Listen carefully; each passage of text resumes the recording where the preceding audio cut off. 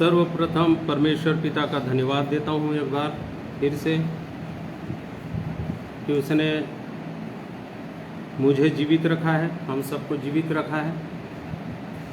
और प्रभु यीशु मसीह के नाम से एक बार सब हम उसको हृदय से धन्यवाद देते हैं। और जितने मेरे साथ इसमें अभी ऑनलाइन जुड़ रहे हैं उन्हें मैं प्रभु यीशु मसीह के नाम से सलाम कहता हूँ, जय मसीह की कहता हूँ। आज एक अवसर परमेश्वर पिता ने फिर से मुझे दिया है कि उसके वचन की सेवा के लिए मैं अपने जीवन को थोड़ी देर के लिए इस्तेमाल कर रहा है। आज मुझे धन्यवाद करता हूँ इस अवसर के लिए, क्योंकि कोई योग्यता नहीं होने के बावजूद परमेश्वर ने इस योग्य बनाया है कि उसके वचन की महिमा उसके लोगों के बीच में कर सकूं। मैं हृदय से धन्यवाद करता हूं परमेश्वर पिता का।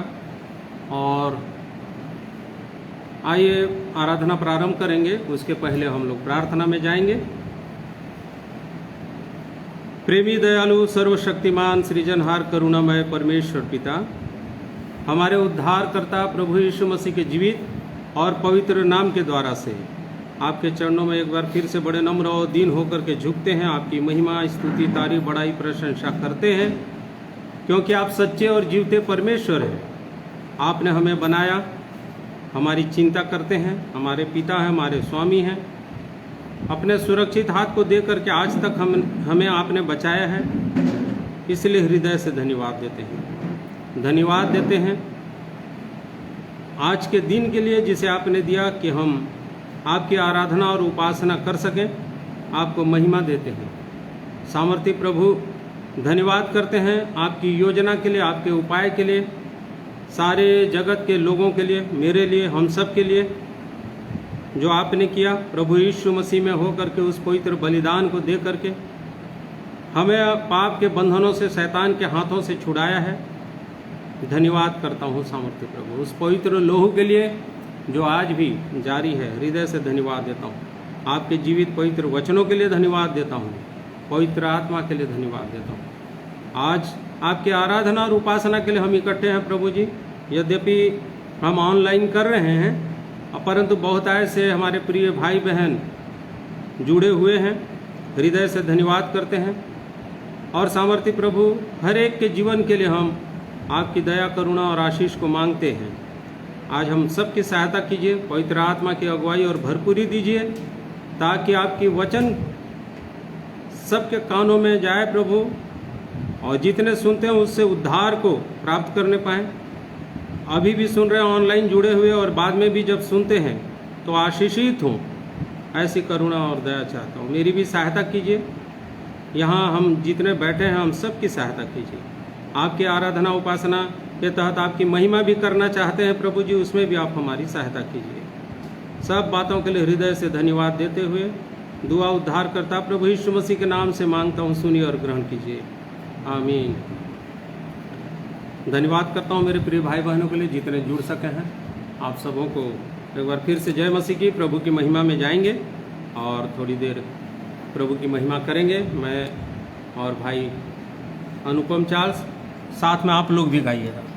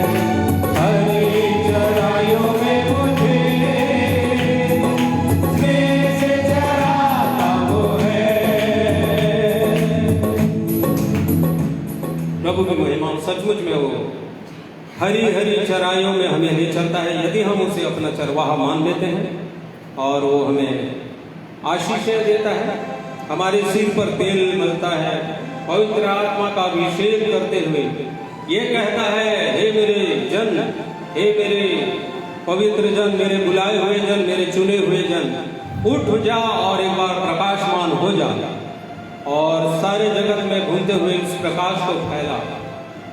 सो प्रभु की महिमा में आइए इस गीत को गाएंगे, क्योंकि सचमुच में सारे पृथ्वी में अंधियारा छाया हुआ है। लोग छाए में बैठे हुए हैं अंधियारे के और दुखी हैं, अशांत हैं। परमेश्वर चाहता है कि उसके लोग जाएं और उस शांति को और उस उजियाले को फैलाएं। आइए प्रभु की महिमा में इस गीत को गाएंगे।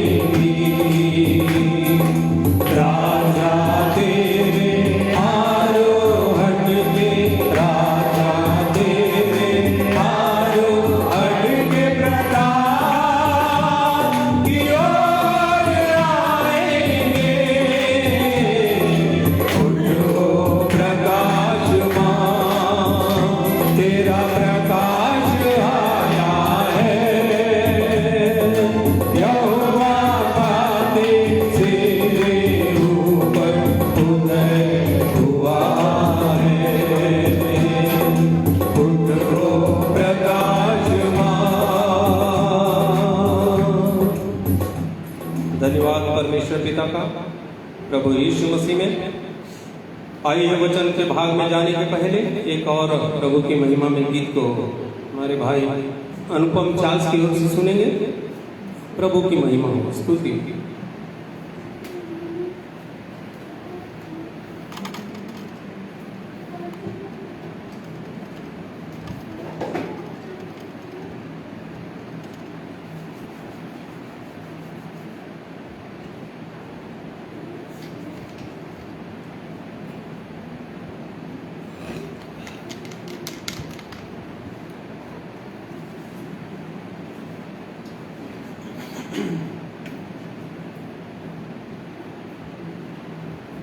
आप सबको जय मसीह की। मैं भी अपने परमेश्वर पिता का धन्यवाद देता हूँ कि उसने आज के दिन को दिखाया है और सुरक्षित संभाल के रखा है।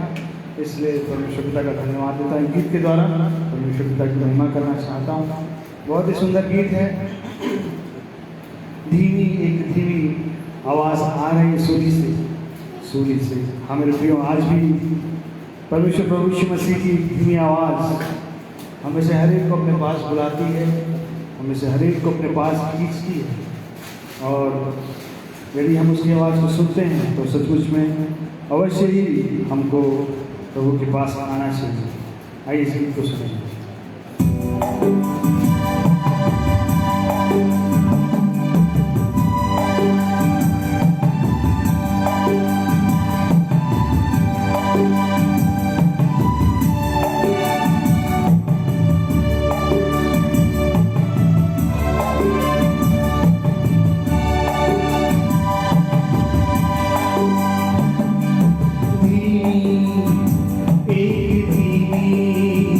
आवाज़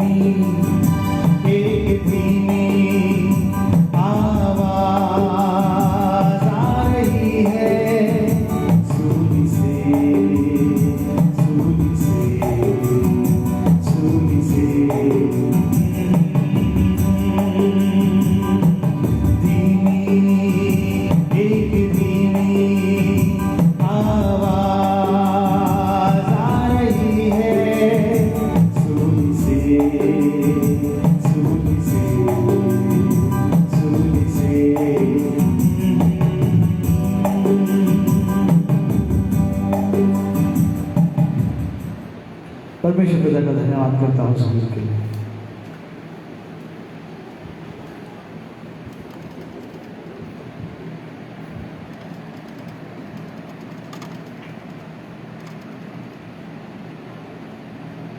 एक बार फिर से परमेश्वर पिता का प्रभु यीशु मसीह में धन्यवाद। सचमुच में ये आवाज़ शुरू से परमेश्वर की आवाज़ अपने लोगों के लिए आ रही है, और परमेश्वर की आवाज़ को सुने और यदि हम मन फिराते हैं तो सचमुच में परमेश्वर हमारे लिए अनुग्रहकारी, दयालु और करुणामय है।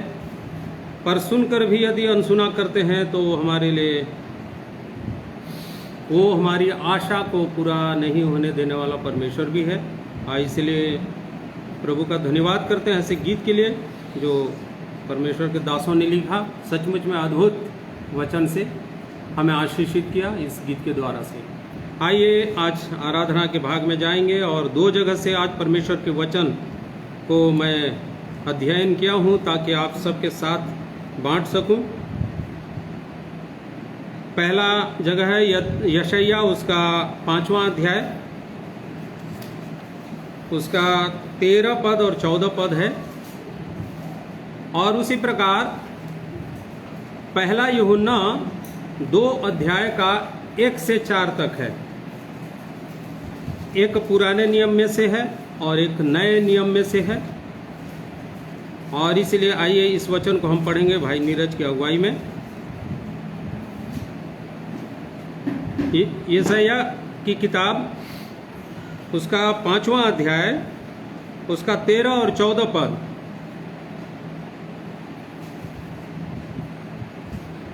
इसलिए अज्ञानता के कारण मेरी प्रजा बंधुआई में जाती है, उसके प्रतिष्ठित पुरुष भूखों मरते और साधारण लोग प्यास से व्याकुल होते हैं।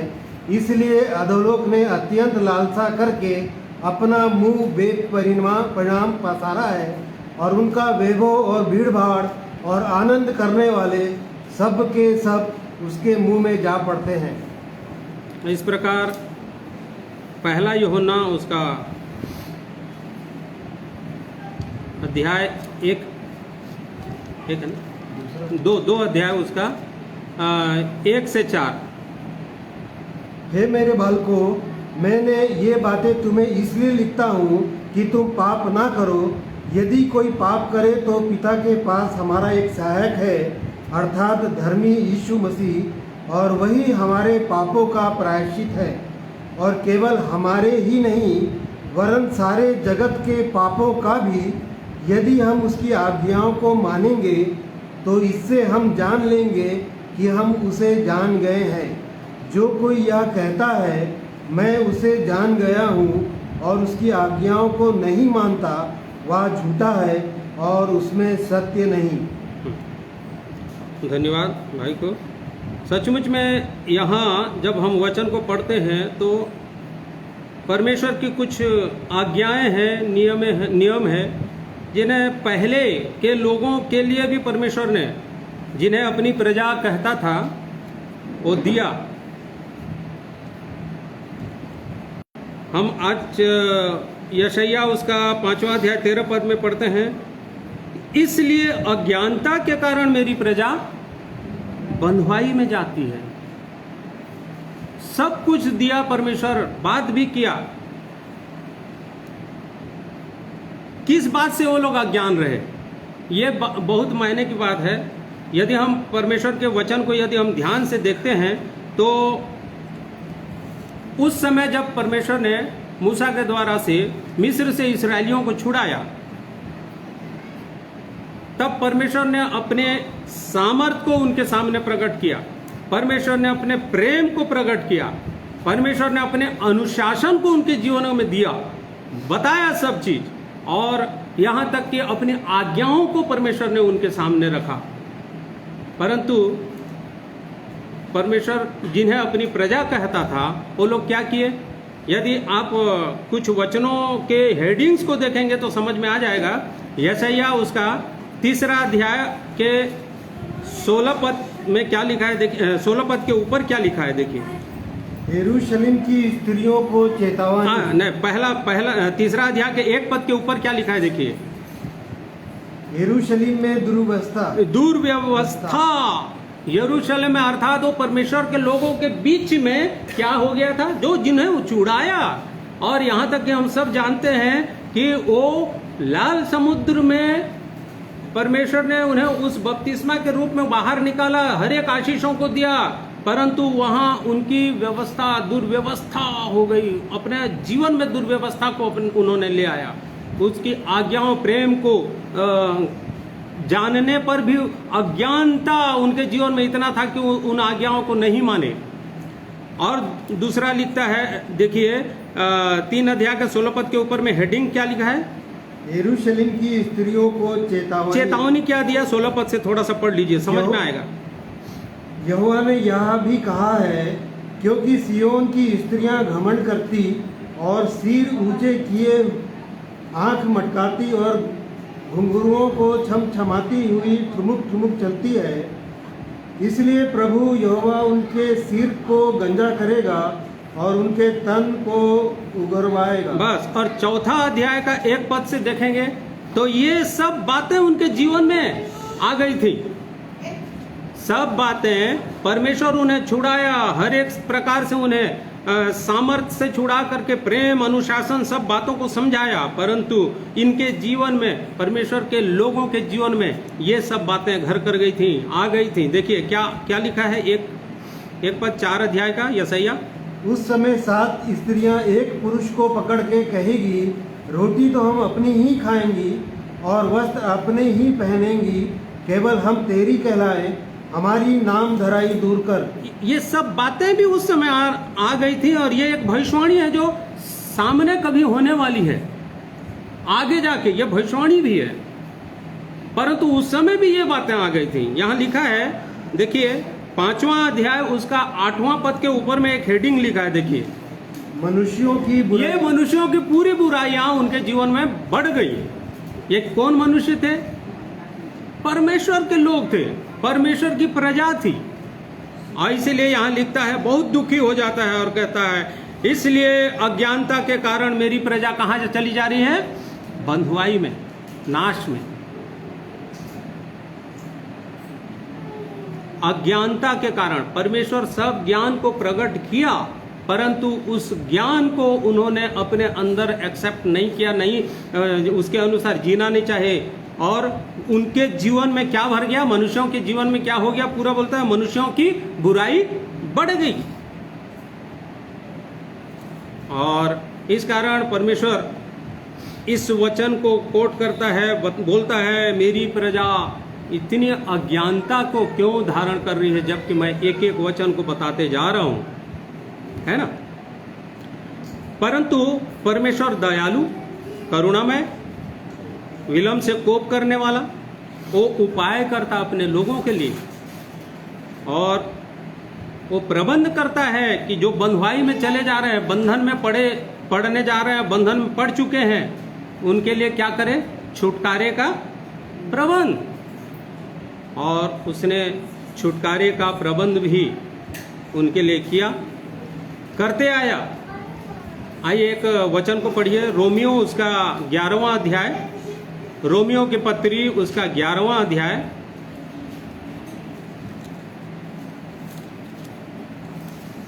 25 से 27 पद पढ़िए। हे भाइयों, कहीं ऐसा ना हो कि तुम अपने आप को बुद्धिमान समझ लो, इसलिए मैं नहीं चाहता कि तुम इस भेद से अनजान रहो कि जब तक अन्य जातियां पूरी रीति से प्रवेश ना कर ले, तब तक इस्राएल का एक भाग ऐसा ही कठोर रहेगा। देखो जैसा लिखा है, 26 पद पढ़ दीजिए। और इस रीति से सारा इस्राएल उद्धार पाएगा, जैसा लिखा है, छुड़ाने वाला सियोन से आएगा और अभक्ति को याकूब से दूर करेगा। उनके जीवन में और एक अज्ञानता, देखिए, अभक्ति, याकूब अर्थात इस्राएल के बीच में से अभक्ति को क्या करेगा? दूर करेगा। वो अभक्ति भी आज एकदम, आप बहुत अच्छे से इसको सीक्वेंस से मिलाइए। पहले के लोग थे, उनसे भी परमेश्वर बातचीत करते आया, और आज के लोग जो कलीसियाई जिन्हें बुलाया है, जिन्हें चुन करके अलग किया है, आज भी एज इट इज सबसे बातचीत कर रहा है परमेश्वर। परंतु बहुतायत से लोग सुनते हैं और बहुतायत से लोग नहीं सुनते। कुछ लोग सुनते हैं, उसमें से सुन करके भी नहीं मानने वाले बहुत होते हैं। कुछ लोग जैसे सुन तो रहे हैं परंतु अंदर में वो भक्ति का अर्थ होता है, भक्त उसे कहा जाता है जो पवित्रता के साथ उसकी आज्ञाओं को मानते हुए आगे बढ़े, परंतु वो भक्ति उनके जीवन में नहीं दिखता। इसीलिए कह रहा है कि इस्राएल से, याकूब से अभक्ति को क्या करेगा? दूर करेगा। और इसीलिए परमेश्वर का अनुग्रह उस समय से फिर से वो वाचा बांधने लगा, एक एक वाचाएं बांधने लगा अपने लोगों से। उसी समय यशाया में जब पढ़ रहे हैं हम लोग कि परमेश्वर ने छुड़ाया, यशाया एक वचन पढ़ लीजिए, समझ में आ जाएगा। उसका 7वां अध्याय 14 पद को पढ़िए यशाया, और 10 पद के ऊपर को पढ़िए, क्या लिखा है? इमानुएल का चिन्ह। इमानुएल का एक चिन्ह, ये वाचा के रूप में उन्हें उसी समय से बताते गया, अर्थात छुटकारे का प्रबंध वहीं से शुरू हो गया था। 14 पद में क्या लिखा है भाई? इस कारण प्रभु आप ही तुमको एक चिन्ह देगा, सुनो, एक कुमारी गर्भवती होगी और पुत्र जनेगी और उसका नाम इमानुएल रखेगी, और जब तक वह बुरे को त्यागना और भले को ग्रहण करना ना जाने तब तक वह मक्खन और मधु खाएगा। हाँ, तो उस समय से ये चिन्ह परमेश्वर अपने लोगों के बीच में बताते आया। और उसको आप 11वें अध्याय के पहले से 3 पद पढ़ेंगे, 11वें अध्याय को, यशाया 11वां अध्याय उसका 1 पद से पढ़ेंगे, तब लिखता है, तब यिशै के ठूंठ से, देखिए पढ़िए भैया। तब यिशै के ठूंठ में से एक डाली फूट निकलेगी और उसकी जड़ में से एक शाखा निकलकर फलवंत होगी। यहोवा का आत्मा बुद्धि और समझ का आत्मा, युक्ति और पराक्रम का आत्मा और ज्ञान और यहोवा के भय का आत्मा उस पर ठहरा रहेगा और उसको यहोवा का भय सुगंध सा भाएगा। देखो, तब परमेश्वर ये व्यवस्था किया छुटकारे के लिए, और उस समय वाचा बांधा, और उसी समय से वो बातचीत करते आया। अपने मन में ठान लिया कि इनके छुटकारे के लिए मैं प्रबंध करता हूँ, क्योंकि ये फिर से बंधुआई में, अपने कार्यों के द्वारा से अपने जीवन में फिर से बंधुआई में जा रहे हैं। किसके बंधुआई में? शैतान के और पाप के, परमेश्वर की अनाज्ञाकारिता के कारण बंधुआई में पड़ते जा रहे हैं। फिर से छुटकारे का प्रबंध के लिए उसी समय से बोलते आया। और उसके बाद वो चिन्ह दिया, इमानुएल नाम होगा करके चिन्ह बता दिया पहले से, अर्थात परमेश्वर फिर तुम्हारे साथ साथ चलेगा, रहेगा। और ये चिन्ह को यदि हम देखते हैं तो वर्तमान में हमारा प्रभु यीशु मसीह 2000 वर्ष पहले आए, और वो परमेश्वर स्वयं मनुष्य होकर के यहाँ आकर के हमारे साथ रहे, है ना। सो परमेश्वर उस समय से लोगों से बातचीत करते आ रहे हैं और आज भी बात कर रहे हैं। परमेश्वर अपने वचन के द्वारा से बात कर रहे हैं। अज्ञानता के कारण मेरी प्रजा बंधुआई में गई, अब उनको छोड़। ये बंधुआई का कारण, कैसे बंधुआई में पड़े, उसका क्या कारण था कि वो बंधुआई में पड़ने लग गए? क्यों? क्योंकि प्रजा, परमेश्वर की प्रजा परमेश्वर के वचन की उपेक्षा करने लगे। अर्थात परमेश्वर कुछ बोलता था, उसकी आज्ञाओं का पालन नहीं करना, अर्थात उसके वचन की उपेक्षा करने लग गई। एक वचन पढ़िए, यशाया उसका 8वां अध्याय को ही पढ़ेंगे तो वहां लिखा है 20वें पद में, 20 पद, व्यवस्था और चितौनियों ही की चर्चा किया करो, यदि वे लोग इन वचनों के अनुसार ना बोले तो निश्चय उनके लिए पो ना फटेगी। वो नहीं बोलते थे, उनके वचन के अनुसार नहीं करते थे, वचन की उपेक्षा करने लग गए, परमेश्वर के वचन की उपेक्षा। आज कलीसिया में भी ये स्थिति यदि किसी के जीवन में है, अज्ञान है। क्यों अज्ञान है? क्योंकि परमेश्वर के वचन की क्या कर रहे हैं? उपेक्षा कर रहे हैं। परमेश्वर के वचन की उपेक्षा करने के कारण मनुष्य, अर्थात परमेश्वर की प्रजा जो बुलाए जा चुके हैं, जो चुन लिए जा चुके हैं, किस में पड़े हैं? बंधन में, अज्ञानता में। और इसीलिए अज्ञानता के कारण कहाँ जा रहे हैं? अज्ञानता के कारण जहाँ जा रहे हैं वो वचन अभी पढ़े नहीं है भाई। 5:14 पढ़ दीजिए। यशायाह 5:14 पढ़िए। अज्ञानता के कारण कहाँ जा रहे हैं, चाहे उस समय के लोग या अभी कलीसिया के भीतर रहने वाले भी। इसलिए अधोलोक ने अत्यंत लालसा करके अपना मुंह बेपरिमाण पसारा है, और उनका वैभव और भीड़ भाड़ और आनंद करने वाले सब के सब उसके मुंह जा पड़ते हैं। बस ये अधोलोक में जा पड़ रहे हैं, आनंद कर रहे हैं, परमेश्वर के वचन और आज्ञाओं के तरफ कम ध्यान जा रहा है, जिसके वजह से उनके जीवन में केवल आनंद, उल्लास, वैभव, सारे सांसारिक बातें राज्य करना चालू कर दे रहे हैं। और सीधे के सीधे वो तो बेपरिमाण क्या करके किया है, मुंह को पसारा हुआ है। कौन? अधोलोक। और वो अधोलोक में जा पड़ रहे हैं। ये वचन की उपेक्षा कर रहे हैं। अपने जीवन में खुद सब सवेरे से देख करके अगर रेशियो देखिए, परसेंटेज देखिए, ग्राफ बनाइए, तो परमेश्वर के वचन और सांसारिक जीवन कितना टाइम तक हम किस में बिताते हैं। यह समस्याएं हैं। परमेश्वर के वचन की उपेक्षा करने लग गए।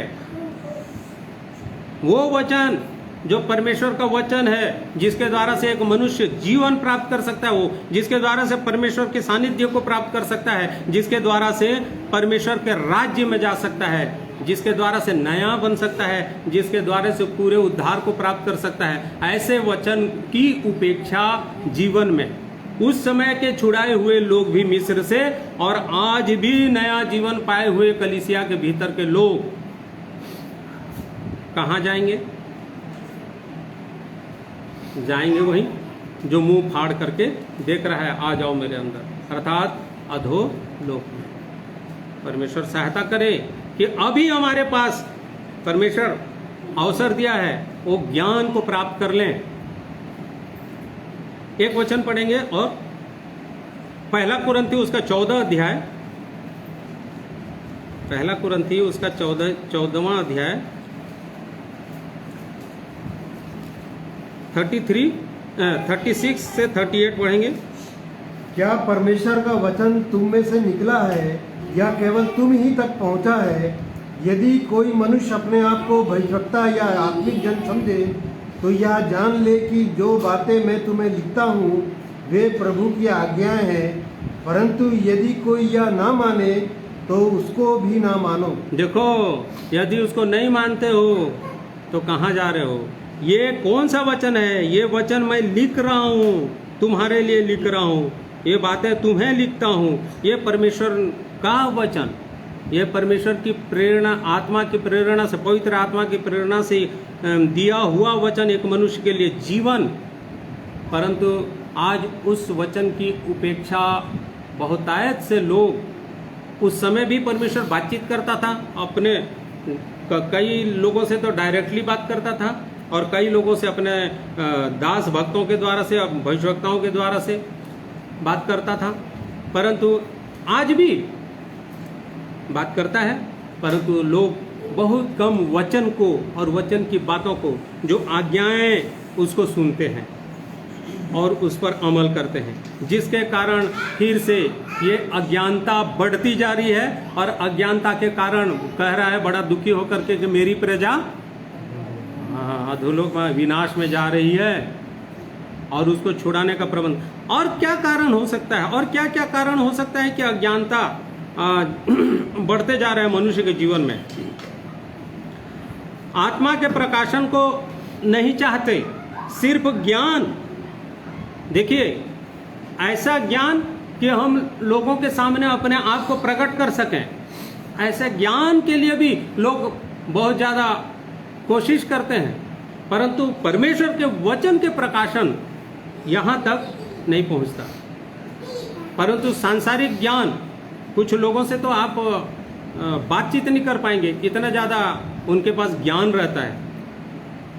तो ये ज्ञान को ज़्यादा महत्व देते हैं, परंतु परमेश्वर के वचन को कम। और इस कारण से ज्ञान, वो ज्ञान जो परमेश्वर का ज्ञान मसीह है वो उनके जीवन में राज्य नहीं करता, परंतु वो ज्ञान जो सांसारिक और ऊपरी है, याकूब में लिखा हुआ है, वो ज्ञान आता है जो क्या उत्पन्न करता है? घमंड उत्पन्न करता है। और घमंड के कारण एक मनुष्य चला जाता है। तो कुछ लोग बाइबिल का अध्ययन करते भी हैं, तो किस कारण से करते हैं? सिर्फ ज्ञान लेने के कारण, ताकि लोगों को बता सके।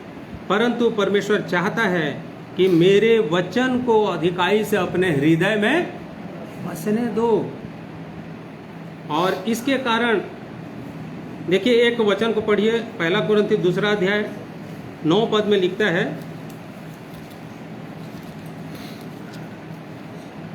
परंतु जैसा लिखा है, जो बातें आँख ने नहीं देखी और कान ने नहीं सुनी और जो बातें मनुष्य के चित्त में नहीं चढ़ी, वे ही हैं जो परमेश्वर ने अपने प्रेम रखने वालों के लिए तैयार की है। 14 तक। परंतु शारीरिक मनुष्य परमेश्वर के आत्मा की बातें ग्रहण नहीं करता, क्योंकि वे इसकी दृष्टि में मूर्खता की बातें हैं। नहीं, 10 से पूरा पढ़िए। परंतु परमेश्वर ने उनको अपने आत्मा के द्वारा हम पर प्रकट किया, क्योंकि आत्मा सब बातें वरन परमेश्वर की गुड़ बातें भी जांचता है। मनुष्यों में से कौन किसी मनुष्य की बातें जानता है? केवल मनुष्य की आत्मा जो उसमें है। वैसे ही परमेश्वर की बातें भी कोई नहीं जानता, केवल परमेश्वर का आत्मा।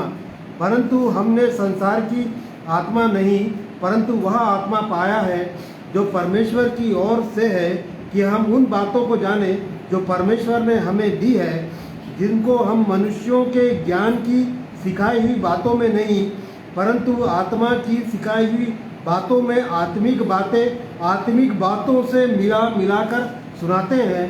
परंतु शारीरिक मनुष्य परमेश्वर के आत्मा की बातें ग्रहण नहीं करता, क्योंकि वे उसकी दृष्टि में मूर्खता की बातें हैं, और न वह उन्हें जान सकता है, क्योंकि उनकी जांच आत्मिक रीति से होती है। यहाँ साफ साफ बता दिया है कि आत्मा की बातें हैं और सांसारिक ज्ञान की बातें, ये दोनों का डिफरेंस एक मनुष्य तब समझ जाता है। यदि परमेश्वर का आत्मा अगुवाई करता है तो समझ में आ जाता है, परख लेता है एक मनुष्य। तो आज खुद को, स्वयं को जांच के देखेंगे। हम किसी को न जांचें, परमेश्वर की आत्मा मुझे जांचने के लिए यदि अगुवाई कर रहा है, तो आज व्यक्तिगत अपने आप को जांच के देखिए, क्या देखते हैं, क्या पाते हैं, कि वो परमेश्वर का आत्मा मुझे क्या सिखाना चाहता है, कि मैं जो अध्ययन कर रहा हूँ, जो परमेश्वर का आत्मा मेरी अगुवाई कर रहा है कि नहीं कर रहा है, कितना कर रहा है, कि वो जो ज्ञान आना चाहिए अभी भी मैं अज्ञान हूँ कि मुझे वो ज्ञान मिल गया। बहुत सारे लोग इस बात से अनजान रहते हैं, अज्ञान रहते हैं, और इसको जांचना नहीं चाहते अपने। ये है सांसारिक ज्ञान, जिसको खोजते तो हैं, लेकिन सांसारिक ज्ञान अर्थात विवादी ज्ञान या मानुषिक ज्ञान उनके अंदर ज़्यादा आता है, परंतु आत्मा का ज्ञान जो जीवन देता है बहुत कम आता है, और आत्मिक ज्ञान में उन्नति नहीं कर पाते। और इसीलिए परमेश्वर कहता है अज्ञानता के कारण, ये भी एक अज्ञानता है, अज्ञानता के कारण मेरी प्रजा नाश में जाएगी। ये बहुत अद्भुत अद्भुत वचनों को परमेश्वर जब दे रहा था, मैं देख रहा था कि प्रभु सचमुच में मेरी भी दशा, मैं भी देखता हूँ अपने जीवन को, मैं भी देखता हूँ। हर एक जन देखिए, सब बातों को समझिए, क्या ऐसा तो नहीं? क्यों? आगे जाके बताऊंगा। आजकल बहुत सारा ज्ञान फैल गया है, परमेश्वर का ज्ञान। इतना ज़्यादा लोग परमेश्वर के वचनों को बताने लग गए हैं, जिसका हिसाब नहीं है। कहाँ कहाँ कौन नहीं बता रहा है, अनजाने कैसे बोलो। लेकिन हकीकत ये परिस्थिति है, ये परिस्थिति सिर्फ ज्ञान के लिए, उस सांसारिक ज्ञान के लिए वो कर रहे हैं, लेकिन परमेश्वर के उस अद्भुत उन्नति, देह उन्नति पाए, उसके लिए बहुत कम लोग करते हैं। इसीलिए थोड़े से लोग हैं। इसीलिए परमेश्वर चाह रहा है कि मेरी प्रजा पूरी की पूरी रीति से मेरा ज्ञान रखे। ज्ञान के नहीं होने के कारण तो जा रहे हैं विनाश में। इसीलिए परमेश्वर हम सबको पूरे ज्ञान में ऐसा वचन के आधार पे बढ़ो ऐसे पवित्र आत्मा की अगुवाई को प्राप्त करो, स्वयं को जांचते हुए इस देह में जुड़ करके उन्नति करते जाओ। नहीं तो अज्ञान रहोगे तो सीधे अधोलोक में जाओगे। इसीलिए चाह रहा है परमेश्वर फिर से एक बार छुड़ाने के लिए प्रबंध करते जा रहा है। ये अज्ञानता हमारे जीवन में क्यों बढ़ रही है उसके बारे में बता रहा हूं। और एक और है, संपूर्ण शास्त्र को अध्ययन नहीं करते। बहुत सारे विश्वासी लोग हैं, बहुत सारे बुलाए और चुने हुए लोग हैं जो संपूर्ण शास्त्र को अध्ययन, आप ध्यान दीजिए इन बातों को मैं जो बोल रहा हूं, परमेश्वर को वचन में लिखा है, ये संपूर्ण पवित्र शास्त्र लिखा है तीमुथियुस में। संपूर्ण पवित्र शास्त्र परमेश्वर की प्रेरणा से रचा गया है। 3:16 पढ़ दीजिए। संपूर्ण पवित्र शास्त्र परमेश्वर की प्रेरणा से रचा गया है और उपदेश और समझाने और सुधारने और धार्मिकता की शिक्षा के लिए लाभदायक है, ताकि परमेश्वर का जन सिद्ध बने और हर एक भले काम के लिए तत्पर हो जाए। देखिए, भला काम या अच्छा ज्ञान तब हम पा सकते हैं जब संपूर्ण शास्त्र को पढ़ेंगे। अभी लोग क्या कर रहे हैं, उस समय के लोग भी परमेश्वर को कुछ बातों को सुनते थे, कुछ वचनों को सुनते थे और बाकी वचनों को टाल देते थे। लिखा है, इब्रानियों में भी लिखा है। और वैसे ही आज भी है। परमेश्वर के लोग जो बुलाए हुए हैं, चुने गए हैं, वो परमेश्वर की बातों को पूरी रीति से जानना नहीं चाहते, अपने मन पसंद के अनुसार वचन पढ़ते हैं। समझ में आ रहा है मैं जो बोल रहा हूं? परमेश्वर का वचन संपूर्ण पवित्र शास्त्र है। कुछ लोगों को कुछ किताबें ही अच्छी लगती हैं, वही पढ़ते हैं और यहां अपने इच्छा के अनुसार मनपसंद अंशों का ही अध्ययन करना ही हमारे लिए अज्ञानता का कारण होता है। हम अज्ञानी होते, पूरा ज्ञान नहीं प्राप्त कर सकते। मत्ती उसका 23 अध्याय 23 पद को पढ़ते हैं तो वहां भी प्रभु जो वचन में लिखा है, पढ़िए।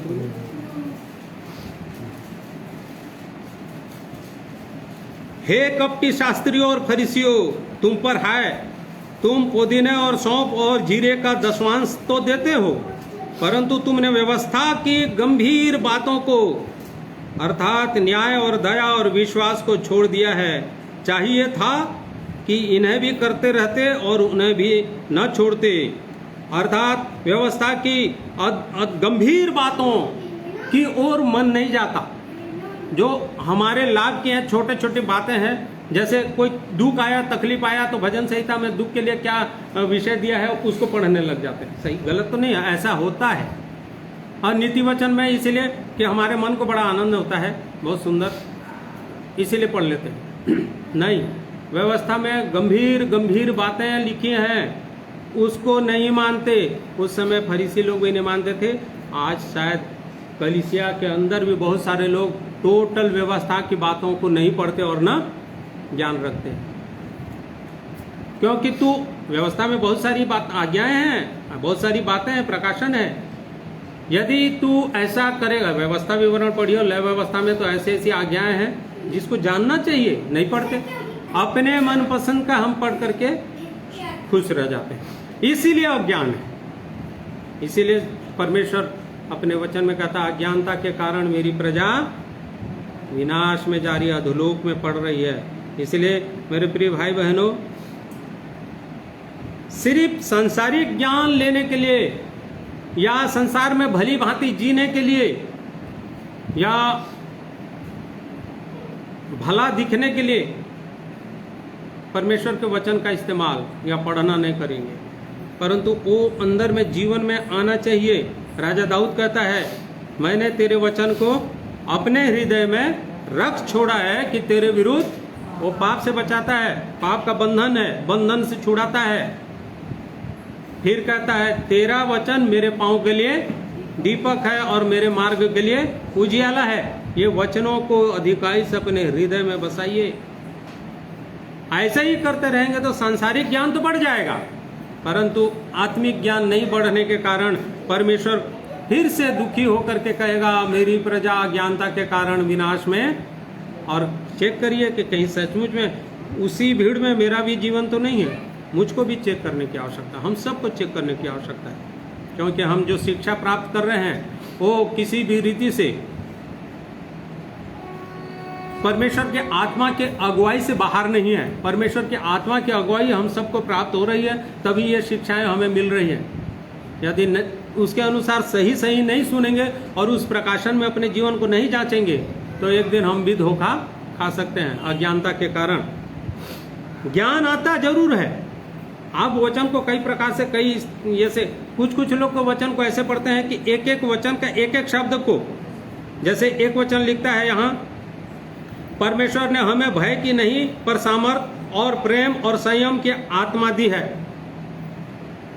सामर्थ क्या है जानते हैं आप? परमेश्वर का सामर्थ क्या है जानते हैं आप? ऐसे पूछते हैं। अरे नहीं, परमेश्वर का सामर्थ तो प्रकट है बाइबल में सब तरह, यहां से यहां तक। आप क्या बताएंगे? मैं क्या बता सकता हूं परमेश्वर का सामर्थ? एक एक शब्द के भेद में मत जाइए। परमेश्वर आपसे क्या बात करना चाहता है वो देखिए। उसकी सामर्थ क्या, इससे और कोई सामर्थ आप बता सकते हैं? उसके सामर्थ के बारे में मैं बता सकता हूं। परमेश्वर का सामर्थ तो हमने देख लिया कि समुद्र को 2 भाग खड़ा कर दिया और बीच को सूखा कर दिया, जिससे उसके लोग निकल गए। इससे और बड़ा क्या सामर्थ चाहिए? दुष्ट आत्माएं थी, हजारों दुष्ट आत्माएं एक मनुष्य के अंदर थी, वो दुष्ट आत्माएं निकल गई। और क्या सामर्थ? तो हम कौन होते हैं पूछने वाले कि परमेश्वर के सामर्थ को जानते? नहीं जानने का कारण हम लोग सिर्फ एक ही शब्द में जाते हैं। देख लीजिए, ध्यान दीजिए कि इस चीज को कि यहां से लेकर के यहां तक परमेश्वर की सामर्थ है। इसीलिए खोजना कहाँ है उनको? पूरे परमेश्वर के वचन में। उसके सामर्थ हमारे जीवन में प्रकट हुआ है। इसलिए जो अपवित्रता थी आज हमारे जीवन में, वो पवित्रता के साथ सुनने के लिए हमें कान दिया परमेश्वर और ग्रहण करने के लिए हृदय दिया है। इसलिए मेरे प्रिय भाई बहनों, यदि ऐसा ही ज्ञान खोजते रहेंगे तो वो सांसारिक ज्ञान हो जाएगा। एक एक शब्दों को टटोलते रहेंगे। देखिए, भेद और प्रकाशन बहुत सुंदर है, परंतु उसको परमेश्वर जैसी चाहता है उसके आत्मा की अगुवाई में उतना ही ग्रहण कीजिए जितना आपको दे रहा है। किसी के घर में 10 लीटर का यदि घड़ा है तो उसमें 10 लीटर तो भरेगा ना। कुछ लोग ये चाहते हैं कि उसमें 15 लीटर भर के दिखाएं। मत भरिए। परमेश्वर जितना चाहता है उतना भरिए। परमेश्वर चाहता है, और परमेश्वर जब देता है तो अपने आप भरते जाता है। वो देता है तो भरते जाता है। एक एक शब्द और एक एक बातों का भेद जानने की कोशिश मत कीजिए। परमेश्वर जब बताता है तो ग्रहण कर लीजिए, दौड़ते जाइए। और वो कब बताता है? जब हम परमेश्वर से बात करते हैं तब वो बताता है, बेटा इस वचन का भेद ये है। तो कैसे करेंगे बातचीत? ये परमेश्वर के वचन में जाएंगे। और ये वचन का ज्ञान केवल संसारिक बातों के लिए या वाद विवाद के लिए करते हैं, ग्रहण करना चाहते हैं, तो वो सांसारिक ज्ञान हो जाता है। और ये ज्ञान तब क्या करता है मालूम है? घमंड उत्पन्न करता है। एक वचन पढ़ लीजिए, 1 कुरिन्थी 2 अध्याय 4 पद से 8 पद तक पढ़ेंगे। 1 कुरिन्थी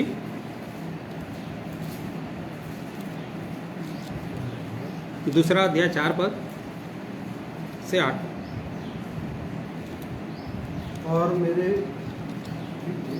पढ़िए। और मेरे वचन और मेरे प्रचार में ज्ञान की लुभाने वाली बातें नहीं। पौलुस प्रेरित कर रहा था, मेरे वचन में, मेरे प्रचार में लुभाने वाली बातें बिल्कुल भी नहीं। देख लीजिए, परमेश्वर के वचन को सिर्फ बताइए, परमेश्वर के वचन को सुनिए, और कोई ज्ञान की बातें, लुभावनी बातें नहीं है। तुम इसलिए अज्ञान हो कि उसमें से और ढेर सारा कुछ निकालते रहे, तो मत निकालो। परमेश्वर जितना बोला उतना। अगर परमेश्वर चाहता तो पूरा किताब देता ना, पूरा देता। वो तो रोक दिया। अगर परमेश्वर के कामों का वर्णन किया जाता ना तो सारा संसार नहीं समाता, इतनी किताबें लिखी जाती। तो यहाँ जितना दे रहा है आपको उसको ग्रहण करिए। क्या लिखा है भाई? और मेरे वचन और मेरे प्रचार में ज्ञान की लुभाने वाली बातें नहीं, परंतु आत्मा और सामर्थ का प्रमाण था, इसलिए कि तुम्हारा विश्वास मनुष्यों के ज्ञान पर नहीं परंतु परमेश्वर की सामर्थ पर निर्भर हो। परमेश्वर के सामर्थ पर निर्भर होना चाहिए। वो ज्ञान, अपना ज्ञान मत करिए, परमेश्वर का ज्ञान। इसीलिए बोलता है अपना ज्ञान बढ़ाने के चक्कर में मनुष्य अज्ञान हो गया और अज्ञानता के कारण विनाश में जा रहा है। ज्ञान नहीं होने के कारण किसका ज्ञान नहीं बढ़ता? परमेश्वर का ज्ञान नहीं बढ़ता, मेरे ज्ञान के न होने के कारण। पर ज्ञान तो बढ़ता है, वो ज्ञान क्या बन जाता है? सांसारिक ज्ञान बन जाता है। इसीलिए परमेश्वर चाहता है कि हमको परमेश्वर के आत्मा की अगुवाई के द्वारा से उस ज्ञान को मांगना चाहिए। और एक समस्या है, अज्ञानता हमारे जीवन में बढ़ते जाता है या हम अज्ञान घोषित हो जाते हैं। जैसे परमेश्वर ने प्रभु यीशु मसीह में एक देह तैयार किया, देह तैयार कर रहा है, और उस देह बोलने से सिर जो है प्रभु यीशु मसीह है, और सारे देह में कई अंग हैं जो एक दूसरे से गठे हुए हैं, जुड़े हुए हैं। यहां कहता है मसीह की देह रूपी सामूहिक जीवन की उपेक्षा करना भी अज्ञानता है। मसीह की देह रूपी सामूहिक जीवन की उपेक्षा अर्थात कलीसिया के क्रियाकलापों की उपेक्षा करना भी अज्ञानता है, क्योंकि पूरा ज्ञान तब प्राप्त कर सकता है। ये अंग यहां से काट दिया जाए तो थोड़े दिन के बाद ये अंग क्या हो जाएगा? सूख जाएगा। समझ में आ रहा है ना? आज हम सब जान रहे हैं, परमेश्वर ने भी हम वचन से हमें सिखाया है, परमेश्वर के वचन में लिखा है कि सारी देह गठ कर वो एक दूसरे को अपने में लेकर के बढ़ना चाहिए, उन्नति करना चाहिए। यदि एक अंग नहीं बढ़ रहा है तो क्या होता है? विकलांग कहलाता है। आज मनुष्य इस देह के उस ये को नहीं समझ पा रहे हैं, प्रभाव को, या उस देह के उपेक्षा कर रहे हैं अपने जीवन से। कह तो रहे हैं कि हम देह से क्या हैं? जुड़े हुए हैं, परंतु कलीसिया की क्या करते हैं? क्रियाकलाप कई प्रकार के हैं, कलीसिया में नहीं जुड़े हैं। कोई तो जानना भी नहीं चाहते कि कलीसिया के अंदर और बीच में और कहां क्या क्या हो रहा है। सही बात बता रहा हूं, गलत तो नहीं है ना? आप लोग भी मेरे भाई बहन सुन रहे हो तो ध्यान दीजिएगा, क्योंकि परमेश्वर चाहता है, मैं नहीं चाहता हूं। और जब परमेश्वर चाहता है तो हम सब भी चाहते हैं, मैं भी चाहता हूं, हम सबको चाहना चाहिए। यदि मसीह की देह रूपी सामूहिक जीवन की उपेक्षा करते रहेंगे तो ज्ञान कैसे बढ़ेगा? ज्ञान कैसे प्राप्त होगा? इसको काट दीजिए, पकड़ने की ताकत खत्म हो जाएगी। इसको यहां से अलग कर दीजिए, ये ऐसे ऐसे करेगा, पकड़ेगा। आज जो लोग अपने आप को मसीह के देह का एक अंग बोलते हैं, यदि हाथ हैं, यदि उंगली है, तो जांच लीजिए। चलो प्रभु, कई लोग प्रार्थना में करते हैं, प्रभु मुझे अपने पाँव के नीचे कम से कम अंगूठा बना लिया। अरे अंगूठा बिना तो तीर भी नहीं चला सकते, अंगूठा बिना सही बैलेंस नहीं कर सकते। तो बैलेंस कब होगा? आप अंगूठा बनने के लिए तैयार हो, पाँव बनने के लिए तैयार हो, परंतु बैलेंस के लिए पाँव जरूरत है। तो कलीसिया बैलेंस कब होगा? जब आप कलीसिया के उस प्रभाव में रहेंगे, कलीसिया की उन्नति के लिए अपना योगदान देंगे, तब तो कलीसिया पवित्रता के साथ, बैलेंस के साथ बढ़ेगा। ये हो रहा है उपेक्षा, और इस उपेक्षा को भी परमेश्वर बोल रहा है कि इनमें ज्ञान नहीं है। अज्ञानता के कारण ये देह उन्नति नहीं कर रही है। समझ में आ रहा है ना? बहुत सुंदर वचन परमेश्वर। मैं तो ये सब तैयारी नहीं किया था, पता नहीं प्रभु बताने के लिए बोल रहे हैं, बता दे। तो परमेश्वर चाह रहा है कि हम यदि कह रहे हैं कि ये जीवित कलीसिया है, हमें परमेश्वर ने बुलाया है, परमेश्वर ने हमें छोड़ा है, नहीं तो हम भी उन्हीं के जैसे हैं। किनके जैसे? इब्रानी निकालिए, इब्रानी समझ में आ जाएगा। किनके जैसे हैं? इब्रानी 11 अध्याय क्या भाई?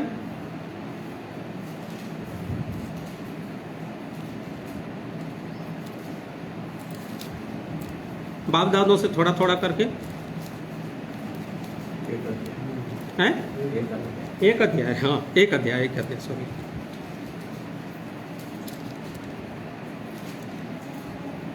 पूर्व युग में पढ़ी भैया, एक अध्याय के। पूर्व युग में परमेश्वर ने बाप दादों से थोड़ा थोड़ा करके और भांति भांति से भविष्यवक्ताओं के द्वारा बातें कर इन अंतिम दिनों में हमसे पुत्र के द्वारा बातें की, जिसे उसने सारी वस्तुओं का वारिस ठहराया और उसी के द्वारा उसने सारी सृष्टि की रचना की है।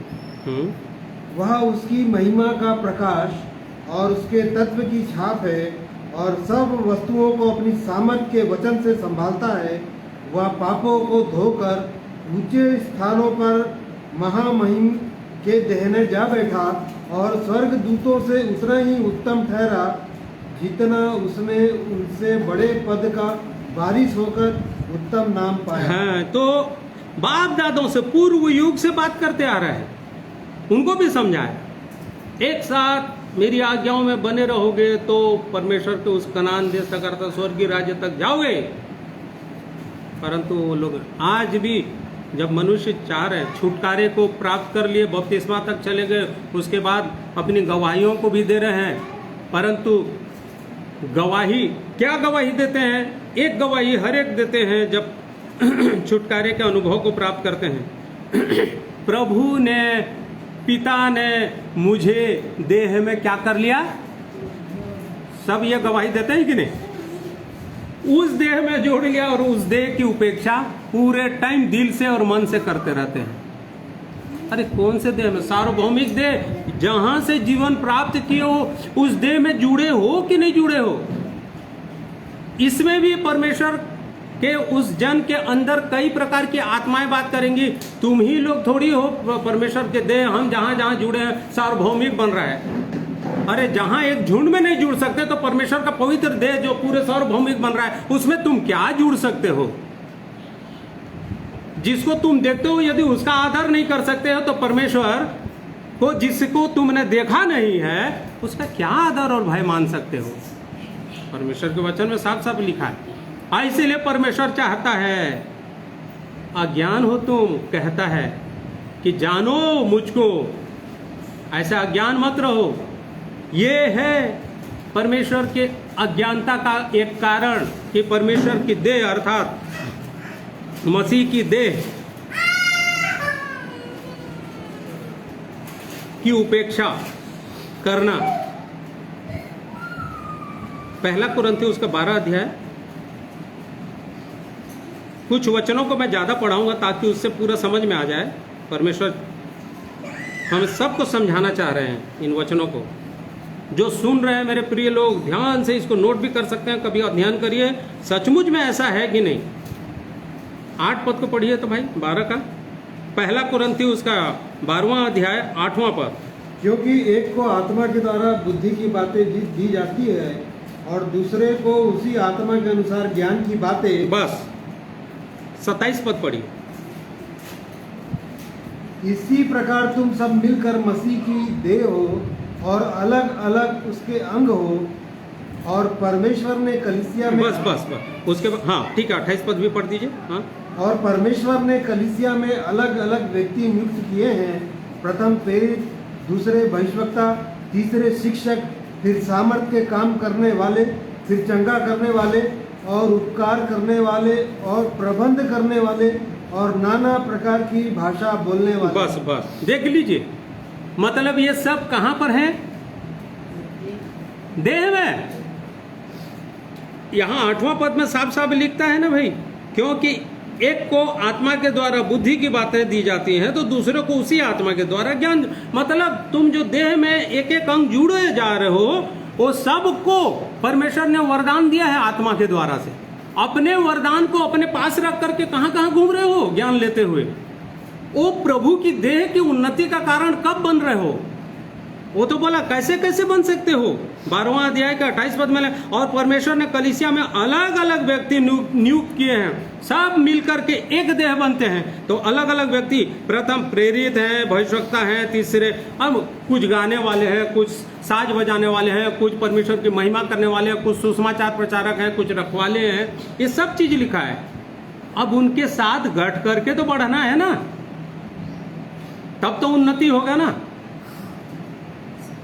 देह के उस प्रभाव को या महत्व को बिल्कुल नहीं समझ रहे हैं, जिसके कारण मेरी प्रजा अज्ञान है। परमेश्वर की वाणी है ये भी एक अज्ञानता है। अरे बढ़ेंगे कैसे, बढ़ेगा कैसे देह? आपके पास टैलेंट दिया है, परमेश्वर का वचन घोषित कर दिया है, एक को उसी आत्मा के द्वारा से ये वरदान, एक को उसी आत्मा के द्वारा से ये वरदान, अर्थात हर एक को कुछ न कुछ वरदान दिया हुआ है। आपका वरदान इस कलीसिया की उन्नति के लिए इस्तेमाल हो रहा है, और नहीं हो रहा है तो अज्ञानता के कारण अधोलोक के मुंह में जा रहे हैं। ध्यान दीजिए, परमेश्वर बहुत अद्भुत वचनों को देता है। जब देता बात करता है प्रभु, सचमुच में अपने जीवन को जांचिए मेरे प्रिय भाई बहनों, जो उस कलीसिया और देह के महत्व को कभी नहीं समझना चाहते, नहीं समझे। ये अज्ञानता है। अरे तुमको मैंने तो अपनी प्रजा कहा। परमेश्वर कितना दुखी हुआ होगा। सारे इस्राएली बुड़बुड़ाने लगे, पानी नहीं मिला। अरे पानी जीवन का जल बहता सोता ही मैं हूँ। चट्टान में खड़े होकर के बोलोगे और मारोगे तो क्या निकल जाएगा? जल निकल जाएगा। लेकिन तुम लोग इतना बुड़बुड़ा रहे हो। आज यही स्थिति है, मेरा जीवन ठीक नहीं हो रहा है। क्यों? क्योंकि मैं यहाँ देह में अभी भी जुड़ा अपना योगदान नहीं दे रहा हूँ। परमेश्वर ने टैलेंट दिया है, टैलेंट को अपने मट्टी के अंदर घुसा के गाड़ दिया हूँ, सांसारिक बातों को ज़्यादा ध्यान दे करके, ज्ञान और बुद्धि, ताकि लोगों के सामने मैं खुद बड़ी नहीं। परमेश्वर चाहता बड़े नम्रता। और प्रभु यीशु मसीह के पास ज्ञान नहीं था, प्रभु यीशु मसीह स्वयं ज्ञान था। पिलातुस की बातों का जवाब नहीं दे सकता था, दे सकता था, पर अपने आप को जीरो कर दिया, शून्य कर दिया, ताकि वो ज्ञान, वो देह बढ़ जाए, वो ज्ञान को लोग ग्रहण करें। प्रभु सहायता करे इन वचनों के द्वारा से। प्रभु हम सबको और भी आशीषित करे। वैसे ही 1 कुरिन्थी 14 अध्याय का 3 पद में भी यदि पढ़ते हैं तो बहुत सुंदर वचन देखिए। 14 अध्याय का 3 पद, परंतु जो भविष्यवाणी करता है वह मनुष्यों से उन्नति और उपदेश और शांति की बातें कहता है। देख लीजिए, जिसके पास ये टैलेंट है वो आज हो सकता है बाहर बैठा है, कलीसिया में कभी अपना योगदान देना ही नहीं चाहता। कलीसिया में योगदान देना मतलब संडे को एक दिन आकर के देना, ऐसा नहीं है। इस कलीसिया में जुड़े हुए लोगों के लिए आपका योगदान, आपके समय का, आपके परमेश्वर के वचनों के, आत्मा के प्रभाव का योगदान, ये सब है। कितना कर रहे हैं? नहीं कर रहे हैं। यहाँ लिखता है कि क्या लिखा है भाई? परंतु जो भविष्यवाणी करता है वह मनुष्यों से उन्नति और उपदेश और शांति। आप कहीं जा रहे हैं, परमेश्वर का आत्मा आपके जीवन में काम कर रहा है। यदि आपको भविष्यवाणी का वरदान मिला है, यदि आपको शांति की बातें कहने का वरदान मिला है, तो आप वहां जा रहे हैं तो उनके घरों में आप शांति स्थापित कर सकते हैं। ये काम भी नहीं कर रहे हैं, परमेश्वर ने तो दे दिया है वरदान। सही है कि नहीं? कलीसिया का उन्नति रुकने का कारण और स्वयं मनुष्य की अज्ञानता का कारण। आप खुद जांचिए कि प्रभु सचमुच में मुझे जो वरदान मिला है उसके अनुसार मैं बाहर निकल करके कुछ कर रहा हूँ, या कलीसिया की उन्नति का, आपके देह की पवित्रता के लिए, ताकि कलीसिया सिद्ध हो जाए,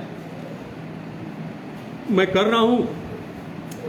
यदि नहीं कर रहे हैं मेरे प्रिय भाई बहनों, तो एक जन तो मुंह फाड़ करके खड़ा है, डरा नहीं रहा हूँ। परमेश्वर के वचन में साफ लिखा है। 31वां पद में क्या लिखता है? उसी के 31 में, क्योंकि तुम सब एक एक करके भविष्यवाणी कर सकते हो, ताकि सब सीखे और सब शांति पाएं। कहाँ से भविष्यवाणी करेंगे आप या मैं? है कि नहीं? एक मनुष्य जो यहाँ इसके बारे में या परमेश्वर के बारे में, प्रभु यीशु मसीह के बारे में, स्वर्गीय राज के बारे में एकदम अज्ञान है, उसको यदि इस परमेश्वर के भविष्यवाणी की किताब से आप बता रहे हैं तो आप उसके लिए भविष्यवाणी कर रहे हैं, और वो जान जाता है कि कुछ बातें जिसको मैं नहीं जानता हूं, वो शांति पाएगा। एक एक करके भविष्यवाणी कर सकते हैं। यदि आपके अंदर वो जीवन को दिया है परमेश्वर ने, आपने कहा कि प्रभु ने मुझे वो जीवन दिया है, और आज मुझको प्रभु ने उस अपनी देह में क्या कर लिया है, जोड़ लिया है। उसका देह का वो अंग जो भी है आज कौन सी दशा में है, ये अज्ञानता का एक बहुत बड़ा कारण है। ज्ञान नहीं है, और ज्ञान के न होने के कारण मेरी प्रजा फिर से बंधुआई में जा रही है। पहले बंधुआई से छुटकारे के प्राप्त का ये दे दिया, लेकिन आज फिर से बंधुआई में जा रही है। और वो हम कई बार लोग प्रचार में भी बोलते हैं सब बंधन में पड़े हैं, कई गिरजों का भी नाम लेकर के बोलते हैं। सचमुच है, क्योंकि सचमुच में प्रकाशन वो नहीं है, ज्ञान नहीं है, अज्ञानता है। आज नए जन्म के विषय में किसी अच्छे गिरजों में ज्ञान नहीं है, जिसके कारण परमेश्वर बहुत दुखी होकर के कहता है अज्ञानता के कारण ये लोग सब नाश में जा रहे हैं। फिर कई बार क्या होता है कि कुछ कलीसिया में जुड़ जाते हैं कई लोग, परमेश्वर की सुंदर शिक्षाओं को भी प्राप्त करते हैं, और शिक्षाओं को देने वाला जो व्यक्ति रहता है, जो शिक्षाओं को परमेश्वर से प्रकाशन के रूप में प्राप्त करता है, पवित्र आत्मा की अगुवाई को भी प्राप्त करता है, और वो हमसे मिलता है। और जब हम उस जीवन को पा जाते हैं जो वो बताता है, थोड़े समय के बाद हम उस सेवक का या उस अगुआ का भी अनादर करते हैं। ये बहुत बड़ा है, ये परमेश्वर के वचन की बात बता रहा हूँ मैं, बाहर की बात नहीं बता रहा हूँ। अनादर करते हैं, जिसके कारण भी ये भी अज्ञानता में आता है। परमेश्वर के वचन में लिखा है परमेश्वर के दास और भक्तों को दोगुने आदर के योग्य, यहां दो गुना क्या आदर ही करना छोड़ देते हैं। वाद विवाद करना चालू करते हैं। वाद विवाद आप परमेश्वर के वचन में यदि कहीं गलत हो रहा है तो आपस में करना और उस बात को सही करना अलग है, परंतु उसके विषय में चर्चा करना ये सरासर गलत। परमेश्वर ऐसा नहीं कहता है, क्योंकि दानियल की किताब में लिखा है परमेश्वर के दास और भक्त लोग जो परमेश्वर की सेवा करते हैं कैसे चमकेंगे, तारों के समान चमकेंगे। और तारों को टिमटिमाने के लिए या प्रकाश देने के लिए कोई रोक नहीं सकता। आप जैसे मनुष्य या मेरे जैसे मनुष्य क्या रोकेगा जो उनकी बुराई कर सके हम। ये भी अज्ञानता है, बहुत बड़ा अज्ञानता है कि परमेश्वर के दासों सेवकों को तुच्छ जानना अपने मन में। अरे यहाँ पर वो नहीं, ठीक है आपको समझ में आया, आप बात कर लो जाके, परंतु यदि तुच्छ जानना हृदय से मन से बोल रहे हो, ये बहुत बड़ी अज्ञानता है, जिसके कारण सीधे वो मुंह खुला हुआ है। परमेश्वर दया करे ऐसे लोगों पर। इफिसी उसका 4 अध्याय 11 से 15 पद में पढ़ेंगे इस विषय में, तो परमेश्वर हमें वचन के द्वारा से सिखाता है। पढ़िए तो भाई, 4 अध्याय उसका 11वां पद। उसने कुछ को प्रेरित नियुक्त करके और कुछ को भविष्यवक्ता नियुक्त करके और कुछ को सुसमाचार सुनाने वाले नियुक्त करके और कुछ को रखवाले और उपदेश नियुक्त करके दे दिया। देखो ये दे दिया किसने? परमेश्वर ने, है ना। फिर जिससे पवित्र लोग सिद्ध हो जाए और सेवा का काम किया जाए। इसके कारण ही लोग सिद्धता में, ये सब कहां पर है? ये सब लोग कहां हैं? देह में, कलीसिया में, जिसके कारण बाकी लोग क्या होते जाएंगे? जो कमजोर है, हमारा एक एक अंग क्या होते जाएगा? मजबूत होते जाएगा, अर्थात सिद्ध होते जाएगा। फिर और सेवा का काम किया जाए, सेवा का काम बढ़ेगा और मसीह की देह उन्नति पाएगी। मसीह की देह उन्नति पाएगी। परंतु आगे बढ़िए। जब तक कि हम सबके सब विश्वास और परमेश्वर के पुत्र के की पहचान में एक ना हो जाए और एक सिद्ध मनुष्य ना बन जाए और मसीह के पूरे डील तक ना बढ़ जाए, ताकि बस ये काम यदि हम कर रहे हैं, कलीसिया के बीच में आकर के जुड़ गए हैं करके गवाही दे रहे हैं, तो मसीह के डील डोल तक बढ़ सकते हैं। परंतु ये नहीं होने के कारण एक मनुष्य के जीवन में वो अज्ञानता के कारण क्या हो रहा है, देखिए फिर आगे वाला पद पढ़िए। ताकि हम आगे को बालक ना रहे। अब हमारे जीवन में फिर वो बालकपन आ जाता, अज्ञानता आ रहा है। ज्ञान नहीं होने के कारण फिर क्या हो रहा है, जो मनुष्यों की ठग विद्या, दूसरे कुछ भी बोल रहे हैं उसमें हम क्या हो रहे हैं, घुमाए। हाँ पढ़िए। और चतुराई से और उनके भ्रम की युक्तियों के आगे उपदेश के हर एक झोंके से उछाले और इधर उधर घुमाए जा रहे हैं, उछाले जा रहे हैं। कोई ऐसा बोल रहा है तो वो अच्छा बोलता है, ये अच्छा बोलता है। अरे यहाँ दे दिया परमेश्वर, यदि कलीसिया में इन लोगों को नियुक्त कर दिया और जब ये लोग एक साथ गठ करके बढ़ेंगे, जिसमें आप भी जुड़े हो, मैं भी जुड़ा हूं, यदि एक साथ गठ करके हम बढ़ने लगेंगे तो प्रभु यीशु मसीह के पूरे मसीह के डिल डोल तक बढ़ेंगे। डिल डोल का मतलब सब समझते होंगे, ठीक है। परंतु यदि नहीं जुड़े हैं तो क्या होता है कि क्या है, ताकि हम आगे को बालक न रहे। यदि नहीं जुड़े हैं तो बालक अर्थात मतलब वो आज बच्चा, ऐसा बच्चा जो पैदा हुआ लेकिन बहुत काल तक के बाद भी बच्चे के जैसे है, न तो उसका ज्ञान बढ़ा न उसका दिल डोल बढ़ा। आज ये दशा में हमारे कलीसिया में बहुत भाई मसीह भाई बहन लोग हैं, बहुत सारे कलीसिया में ऐसे लोग मिलेंगे आपको। मत करिए, ये आज जो लोग सुन रहे हैं अलग बात है, आगे को भी सुनेंगे तो अवश्य इन वचनों को जांचिए कि क्या सचमुच में यदि पवित्र आत्मा के द्वारा से मैंने इस जीवन को जाना है, पाया है, छुड़ाया गया हूँ, बपतिस्मा हुआ है, प्रभु के देह में जुड़ने की गवाही दे चुका हूँ, तो क्या उस कलीसिया में जुड़ करके ऐसे उन्नति, प्रभु की देह की उन्नति का कारण हूँ? नहीं हूँ तो मैं आज भी वही छोटा सा बच्चा जो पैदा हुआ था जिस समय, आज फिर से मैं यहाँ का सुन के वहाँ का सुन के वहाँ का सुन के मैं उछाला जा रहा हूँ, इधर से उधर, उधर से इधर। नहीं बढ़ेगा, प्रभु की देह उन्नति नहीं करेगी, बल नहीं आएगा, सामर्थ्य का काम कलीसिया में भी नहीं होगा। ध्यान दीजिएगा, प्रभु बहुत ये अज्ञानता के कारण भी मेरी प्रजा बंधन में पड़ी हुई है और नाश में जा रही है। और यहाँ तक कि एक और बहुत बड़ा समस्या आ जाता है।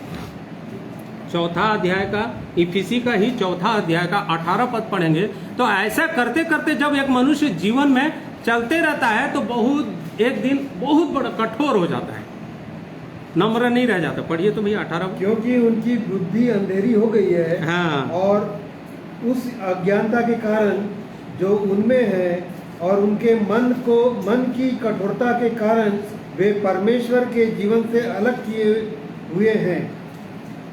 बस देख लीजिए, बुद्धि अंधेरी हो जाती है जब अलग रह जाते हैं कलीसिया से अलग, तो बुद्धि क्या हो गई, पहले जैसे अंधकार था वैसे उससे भी ज्यादा। वचन में लिखा है 7 और दुष्ट आत्माएं, अर्थात कितना अंधकार हो गया, बहुत ज्यादा। बुद्धि अंधेरी हो गया, अनर्थ रीति पर फिर से चलने लग जाते हैं जैसे अन्य जाति लोग चलते थे।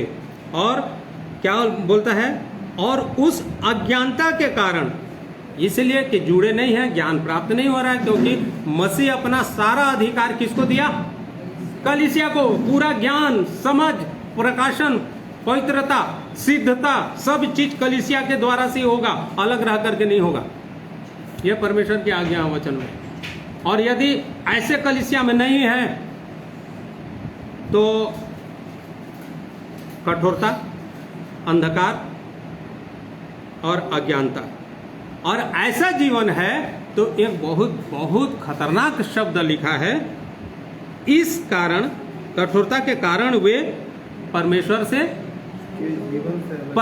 के जीवन से अलग, अनंत जीवन से अलग है, परमेश्वर के जीवन ही से अलग है।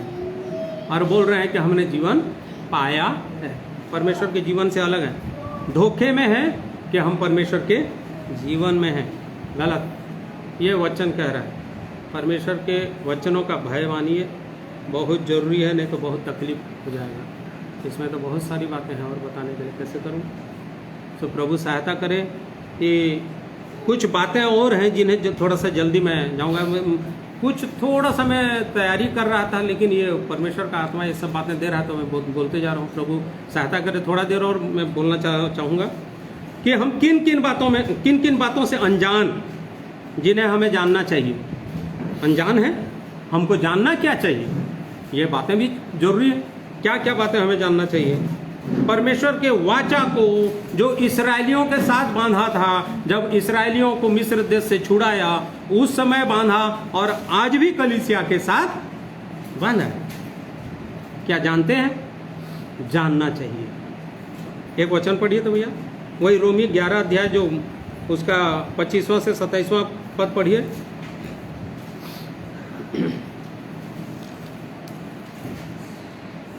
हे भाइयों, कहीं ऐसा न हो कि तुम अपने आप को बुद्धिमान समझ लो। इसलिए मैं नहीं चाहता कि तुम इस भेद से अनजान रहो कि जब तक अन्य जाति पूरी रीति से प्रवेश न कर ले, तब तक इसराइल का एक भाग ऐसा ही कठोर रहेगा, और इस रीति से सारा इसराइल उद्धार पाएगा।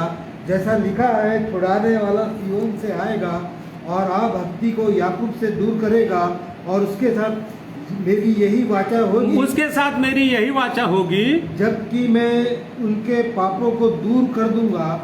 सुसमाचार के भाव से तो तुम्हारे लिए वे परमेश्वर के बेरी हैं, परंतु चुन लिए जाने के भाव से वे बाप दादाओं के कारण प्यारे हैं। देख लीजिए, यहाँ एक वाचा बांधता है। ये वाचा के बारे में साफ साफ प्रकट कर रहा है। कब बांधा, कैसे बांधा, मैं बताते आया। यशायाह ने भी लिखा कि एक इमानुएल भेजा जाएगा, आएगा, वो तुम्हारे लिए चिन्ह होगा। ईशाय के ठूंठ से आएगा, चिन्ह होगा। ये वाचाओं को देते आया। और उसके बाद यिर्मयाह आखिरी में भविष्यवक्ता ने एक वाचा के बारे में लोगों के बीच में प्रकट किया।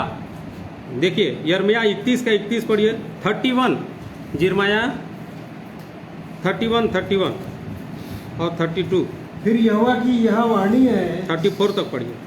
सुन, ऐसे दिन आने वाले हैं जब मैं इस्राएल और यहूदा के घरानों में से नई वाचा बांधूंगा। हाँ, नई वाचा बांधूंगा। वह उस वाचा के समान ना होगी जो मैंने उनके पुरखाओं से उस समय बांधी। पहले वाचा किया था, उस वाचा के समान नहीं होगा, लेकिन अब दूसरा वाचा, नई वाचा दे रहा हूँ, उसके समान नहीं होगा। जब मैं उनका हाथ पकड़ के उन्हें मिस्र देश से निकाल लाया, क्योंकि यद्यपि मैं उनका पति था, तो भी उन्होंने मेरी वह वाचा तोड़ डाली। परंतु जो वाचा मैं उन दिनों के बाद इस्राएल के घराने से बांधूंगा, वह यह है, मैं अपनी व्यवस्था उनके मन में समवाऊंगा और उसे अपने हृदय पर लिखूंगा, और मैं उनका परमेश्वर ठहरूंगा और वे मेरी प्रजा ठहरेंगे। यहोवा की यह वाणी है। हाँ, और एक वचन 14। तब उन्हें फिर यह एक दूसरे से यह ना कहना पड़ेगा। तब एक दूसरे से कहना नहीं पड़ेगा लोगों को कि यहोवा को जानो, यहोवा को जान लो, क्योंकि वाचा मैं तुमको दे रहा हूँ। ये वाचा इसलिए दे रहा हूँ कि उनके हृदय में लिख दे रहा हूँ, वचन के द्वारा से हृदय रूपी पटिया में दे दूंगा। ये वाचा को तुम अपने हृदय में बसा लो, और दूसरे किसी और के पास जाना नहीं पड़ेगा। ये परमेश्वर का क्या है, लिखा है उनको। अब वो व्यवस्था को, पहले जो लोगों से वाचा बांधा था वैसे नहीं रहेगा, परंतु अब व्यवस्था की बातों को उनके हृदय में लिख दूंगा। ये वाचा बांध दिया। अब लोगों से बात करना नहीं पड़ेगा, परंतु यहोवा को जानो, क्योंकि यहोवा की यह वाणी है, छोटे से लेकर बड़े तक सबके सब मेरा ज्ञान रखेंगे। सबके सब मेरा ज्ञान रखेंगे, क्योंकि मैं उनका अधर्म क्षमा करूंगा और उनका पाप फिर स्मरण नहीं करूंगा। ये बांध दिया वाचा, नया वाचा परमेश्वर। और ये वाचा, पाप क्षमा, ये सब प्रभु यीशु मसीह को इंडिकेट करता है। और प्रभु यीशु मसीह आ गए और कलीसिया बना दिए, उस वाचा में हम सम्मिलित हो गए। आज हमारे हृदय की पटिया में प्रभु ने अपने वचनों को लिखा, और आज हम उन वचनों को जो जिसको यहाँ लिख रहे हैं, जो यहाँ लिख रहे हैं अपने हृदय रूपी पटिया में, परमेश्वर चाहता है लिख दूंगा, बोलता है। कब? जब ये वचन, वो व्यवस्था जो दिया गया था उसको तो हटा दिया, नई वाचा दे दिया। वो वाचा को पूरा नहीं किए वो लोग, अनाज्ञाकारी हो। आज नई वाचा, आज ये नई वाचा को भी यदि हम पूरा नहीं करते हैं, तो वो ज्ञान हमें कैसे प्राप्त होगा? तब फिर परमेश्वर कहेगा कि मेरे ज्ञान के न होने के कारण आज फिर से बोल रहा है, दुखी है। और इसीलिए दुआ कर रहा है। एक वचन और पढ़िए तो 8वां अध्याय इब्रानी की पत्री का 8वां अध्याय 8वां पद को पढ़ेंगे तो भाई 8 से 12 तक। इब्रानी 8 का 8 से 12 ये नई वाचा के बारे में यहाँ पर देखिए कैसे पौलुस प्रेरित सबको समझा रहा था कलीसियाओं को। क्योंकि यदि यह पहली वाचा निर्दोष होती तो दूसरों के लिए अवसर न ढूंढे जाता, पर वह उन पर दोष लगाकर कहता है, प्रभु कहता है, देखो वे दिन आते हैं कि मैं इस्राएल के घराने के साथ ठीक है और यहूदा के घराने के साथ नई वाचा बांधूंगा। यह उस वाचा के समान न होगी जो मैंने उनके बाप दादाओं के साथ उस समय बांधी थी, जब मैं उनका हाथ पकड़कर उन्हें मिस्र देश से निकाल लाया, क्योंकि वे मेरी वाचा पर स्थिर ना रहे, इसलिए मैंने उनकी सुधि ना ली। प्रभु यही कहता है। फिर प्रभु कहता है कि जो वाचा मैं उन दिनों के बाद इस्राएल के घरानों के साथ बांधूंगा वह यह है कि मैं अपनी व्यवस्था को उनके मनों में डालूंगा और उसे उनके हृदयों पर लिखूंगा, और मैं उनका परमेश्वर ठहरूंगा और वे मेरे लोग ठहरेंगे। हर एक 12 पद तक, क्योंकि 12 पद तक पढ़िए। और हर एक अपने देश वालों को और अपने भाई को यह शिक्षा ना देगा कि तू प्रभु को जान, मतलब आपको उसके बाद बताने का जरूरत है, क्योंकि परमेश्वर स्वयं लिखूंगा। लेकिन कब? जब कलीसिया के हर एक जन गठ करके उस वचन के प्रभाव में रहेंगे, उसकी पूरी डील-डोल में बढ़ेंगे, तब तो प्रभु यीशु मसीह कहते हैं ना, क्या बोलते हैं? मैं जगत की ज्योति हूं बोले। उसके बाद क्या बोले? तुम, फिर उसके बाद बोले तुम पृथ्वी के। और वो कलीसिया के जब लोग नमक बन जाएंगे, स्वादिष्ट हो जाएंगे, या कलीसिया के लोग जब ज्योति बन जाएंगे, तो जहां भी जाएंगे बताने का जरूरत, भाई को बताने का जरूरत नहीं पड़ेगा।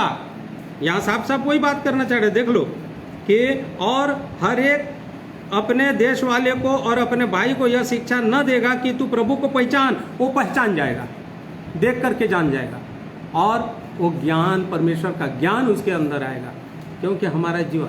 इसीलिए जब गवाही देते हैं और जब यहाँ शिक्षा दिया जाता है, तो कई बार हमारे बोलने से ज़्यादा हमारे जीवन को दिखा करके लोगों को जीतो, बोलते हैं ना, अपने जीवन से, अपने व्यवहार से लोगों को जीतो, परमेश्वर के उस गुणों को प्रकट करो। तो और 12वां पद में एक बात को लिखता है, 12वां पद का आखिरी पढ़ दीजिए। क्योंकि मैं उनके अधर्म के विषय में दयावंत होऊंगा और उनके पापों को फिर स्मरण ना करूंगा। फिर हमारे पापों को कभी भी स्मरण नहीं करेंगे। ऐसा परमेश्वर है। आज हम अज्ञान हैं इन बातों से, और यदि ये ज्ञान हमारे पास नहीं है, अनजान है, जिसको हमें जानना चाहिए, नहीं जान रहे हैं। पुराने नियम के उदाहरणों से हमको जानना चाहिए, है ना। और ये अभी जो पढ़े हम सब, शैतान की युक्तियों के बारे में भी हम अनजान हैं, जिसके कारण भी अज्ञान है, क्योंकि शैतान ही युक्ति करके परमेश्वर के राज्य को तहस नहस किया और अपना एक राज्य स्थापित किया। शैतान की युक्तियों से भी अनजान है। ये अनजान नहीं होना चाहिए, हमको जानना चाहिए कि शैतान की क्या क्या युक्तियां हैं। 2 कुरिन्थी 2 अध्याय 11 पद में लिखता है,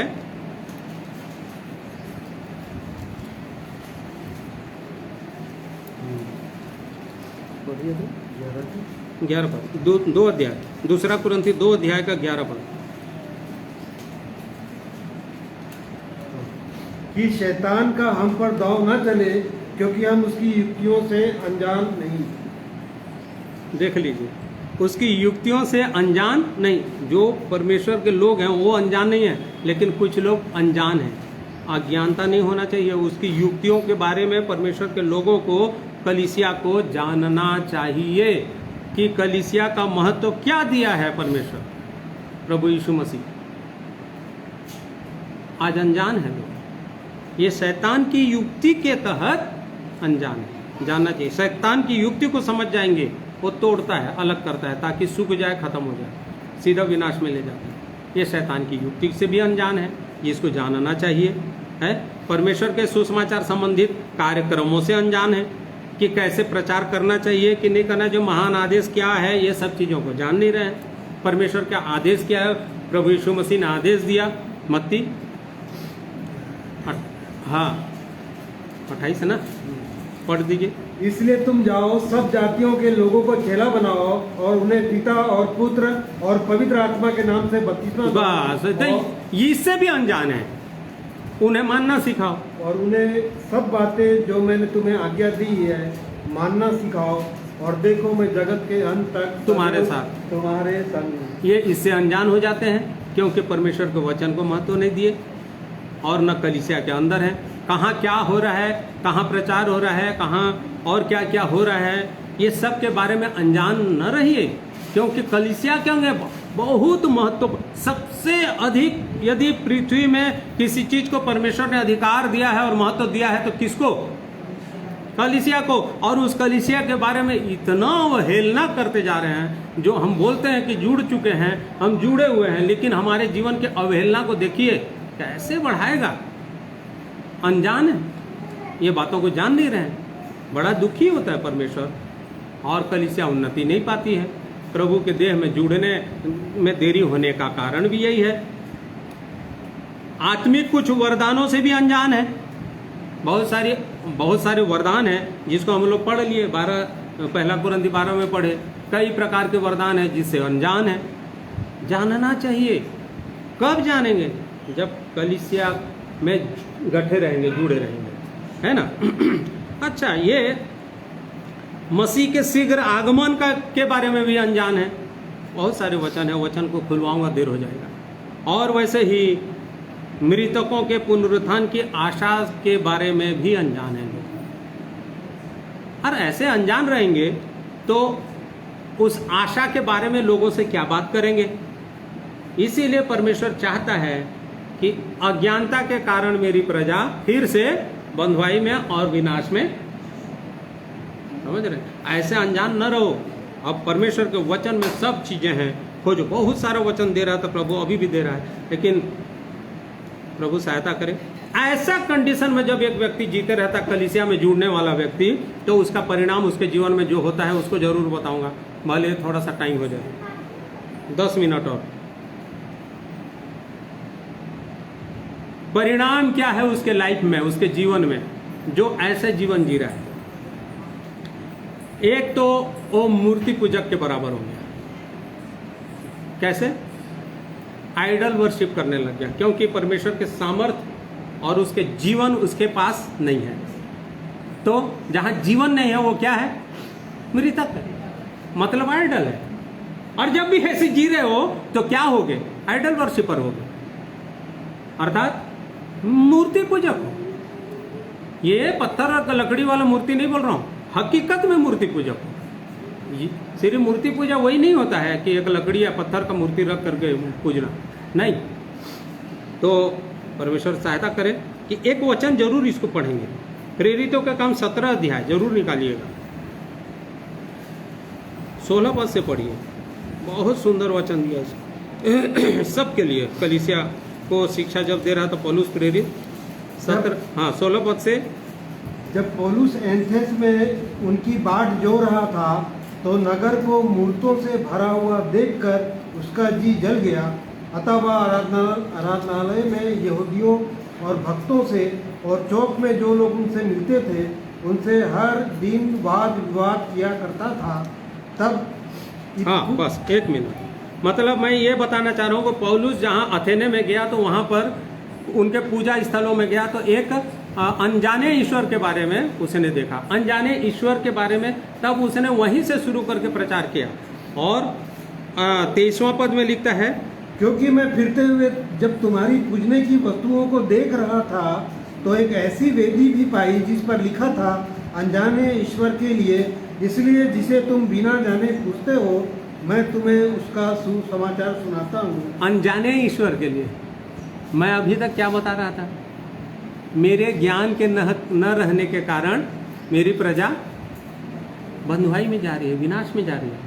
अर्थात उस ईश्वर के हर एक गुणों को नहीं जान रहे हैं। आज हम भी नहीं जान रहे हैं तो हम कैसे हैं? अनजान है कि नहीं? यहाँ बोल रहे हैं अनजाने ईश्वर के बारे में वो लोग भी पूजा कर रहे थे। ऐसे ही हम ठहरेंगे, ऐसे ही हम भी ठहरेंगे।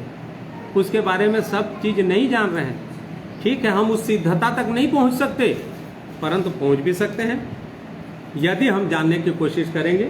क्योंकि पौलुस ने कहा मेरी सी चाल चलो, क्योंकि मैं मसीह की सी चाल चलता हूँ। मसीह ने कहा मैंने पिता से जो कुछ सुना वैसी किया। जब पिता से उसने सुना, प्रभु यीशु मसीह ने, वो पूरा किया, और पौलुस ने मसीह से सुना और वो भी वैसे ही पूरा किया, तो सिद्ध बना कि नहीं? बोलता है मैं निशाने की ओर दौड़ा चला जाता हूँ, बाद में कहता है मैं मंजिल को प्राप्त कर लिया, कर चुका। तो एक मनुष्य कर सकता है। और यदि अनजाने या अज्ञानतावश हम कर रहे हैं तो वो भी मूर्ति पूजा, और ये परिणाम हो रहा है, एक मनुष्य मूर्ति पूजक के बराबर कहलाने लग जाता है। क्योंकि उसके बाद हर एक बातें आती हैं, बहुत सारी आज्ञाएं और नियम परमेश्वर के वचन में। भाई से बैर रखना मूर्ति पूजा के बराबर, हत्या के बराबर नहीं, लालच करना मूर्ति पूजा के बराबर, और ये बैर रखना हत्या के बराबर। मतलब ये सब आज्ञाएं फिर जुड़ती जाती हैं। जो व्यक्ति परमेश्वर का ज्ञान नहीं रखता उसके जीवन में वो कठोर हो जाता है, परमेश्वर के जीवन से अलग हो जाता है, और परिणाम ये होता है। बहुत सारी बातें हैं, परमेश्वर सहायता करे। फिर परमेश्वर की धार्मिकता के अधीनता के विपरीत स्वधर्मिकता के काम करने लग जाते हैं। स्वधर्मिकता, परमेश्वर के अधीनता से जो ये धार्मिकता उत्पन्न होता है, और जो धर्म का प्रचार, धर्म मतलब प्रभु यीशु मसीह का प्रचार होता है, धार्मिकता का प्रचार होता है, वो नहीं कर करके स्वधर्मिकता का प्रचार करने लगते हैं। उनके जीवन से वो बहने लगता है, जो लिखा हुआ है रोमियो 10:3 में, उसको नहीं पढ़ेंगे। और वैसे ही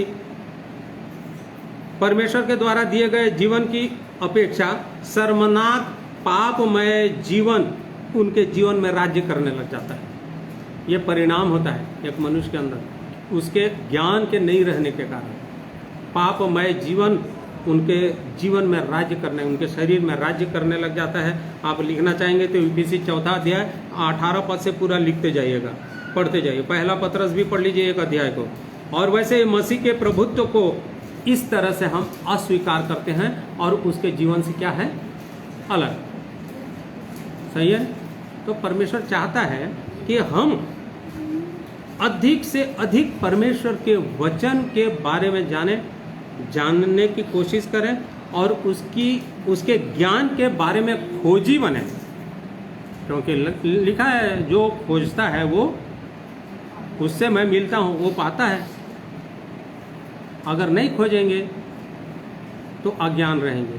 परमेश्वर का संपूर्ण वचन के, पूरे बाइबिल को, पूरे पवित्र वचन को, पूरे पवित्र शास्त्र को, जो सचमुच में एक अनमोल वचन है, इसको अवश्य पढ़िए, पूरा पढ़िए, अपने इच्छा के अनुसार नहीं। परमेश्वर इन वचनों को इतना महत्व दिया है, अपनी आज्ञाओं, वाचाओं और नियमों को इतना महत्व दिया है। क्या कितना महत्व दिया है? अपने बड़े नाम से भी अधिक महत्व दिया है। इतना महत्व है परमेश्वर का वचन का। और ये वचन से बहुत दूर उसके बारे में ज्ञान नहीं रखना ही हमारी अज्ञानता है, जिसके कारण हम लोग सीधा कहाँ चले जाएंगे, अधोलोक में। और इसलिए प्रभु हम सबकी सहायता करें। अंत में एक प्रभु की महिमा का एक गीत गा देता हूँ।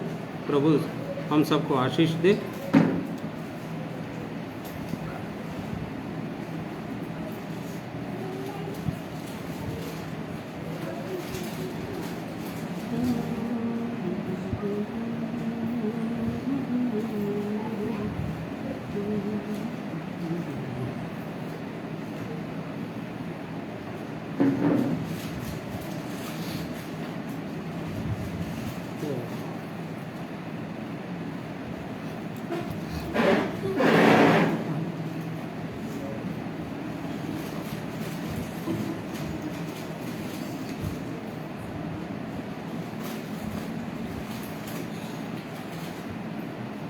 इसको थोड़ा दूर कर दीजिए, इसको थोड़ा दूर कर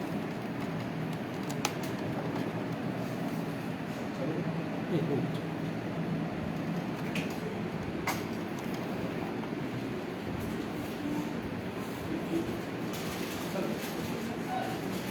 हेलो हेलो। प्रभु की महिमा में, ये वचन की महिमा के लिए मैं प्रभु के इस गीत को गाऊंगा। हेलो।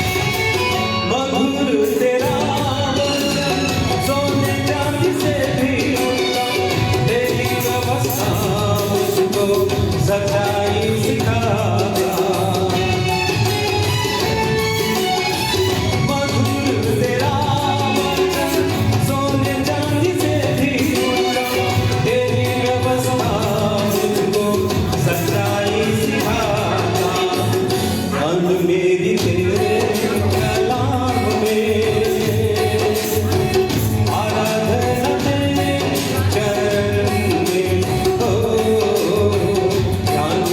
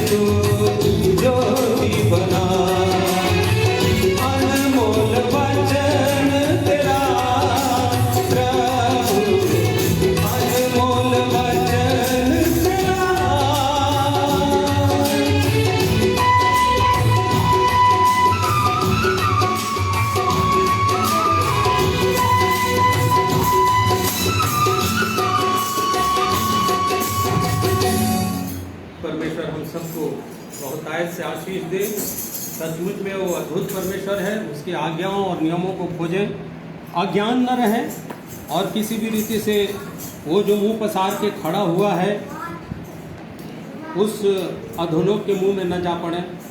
प्रभु हम सब की सहायता करें। आप सब लोग धीरज के साथ सुने हैं, इसलिए मैं हृदय से धन्यवाद करता हूँ। प्रभु हम सब की सहायता करें। अंत में प्रार्थना करेंगे और आइए हम लोग प्रार्थना करेंगे और उसके बाद प्रभु की प्रार्थना करेंगे। अत्यंत करुणामय, सामर्थी, दयालु परमेश्वर पिता, हमारे उद्धारकर्ता जीवित प्रभु यीशु मसीह में एक बार फिर से आपको हृदय से धन्यवाद धन्यवाद धन्यवाद धन्यवाद करते हैं, क्योंकि सच्चे जीवते परमेश्वर आप हैं। आप शुरू से प्रभु अपने लोगों के लिए आज्ञाओं को, नियम को, वाचाओं को देते आए हैं ताकि वो माने और उसके अनुसार आप अपने प्रेम को उनके जीवनों में आपने प्रकट भी किया। और आप चाहते थे कि हर मनुष्य आपके साथ स्वर्गीय राज्य में हो, परंतु प्रभु अनाज्ञाकारी हो करके आपके ज्ञान को नहीं रखने के कारण बहुत आयत से लोग विनाश में चले गए और अभी भी जा रहे हैं। परंतु प्रेमी परमेश्वर पिता, आपका जीवित वचन हमारे पास है, आपका नियम हमारे साथ है, आपकी आज्ञाएं हमारे पास हैं। पहले आप व्यवस्था के रूप में दिए, अब आप हमारे हृदय रूपी पटिया में लिख करके दे रहे हैं। और इसलिए प्रभु दया और अनुग्रह कीजिए कि उसको हम निरंतर सुने और आपकी इच्छाओं को हम जानें और उसके अनुसार हम चलने पाएँ और आपके स्वर्गीय स्थान में हम निवास करने पाएँ। हमारी सहायता और अगुवाई कीजिए प्रभु। अब तक आपने हमारी सहायता किया, हृदय से धन्यवाद धन्यवाद धन्यवाद करता हूँ। हर एक मेरे प्रिय लोगों के लिए मैं आशीष मांगता हूँ जो सुने हैं वचन को गंभीर होने पाएँ, अपना व्यक्तिगत योगदान के तहत आपके देह के उन्नति का कारण बने। सहायता मदद कीजिए प्रभु। और वैसे ही प्रभु जो बाद में सुनते हैं उन्हें भी आशीषित कीजिए प्रभु। आपने हम सब की सहायता की, पवित्र आत्मा के द्वारा से आपने अगुवाई प्रदान किया। मैं हृदय से धन्यवाद धन्यवाद धन्यवाद करता हूँ और धन्यवाद के साथ इस दुआ को जीवित प्रभु यीशु मसीह के नाम से मांग लेता हूँ। सुनिए और ग्रहण कीजिए। आमीन। हे हमारे पिता, तू जो स्वर्ग में है, तेरा नाम पवित्र माना जाए, तेरा राज्य आवे, तेरी इच्छा जैसे स्वर्ग में पूरी होती है वैसे इस पृथ्वी पर भी पूरी हो। हमारे दिन भर की रोटी तो आज हमें दे, और जैसे हमने अपने अपराधियों को क्षमा किया है वैसे तू हमारे अपराधों को क्षमा कर।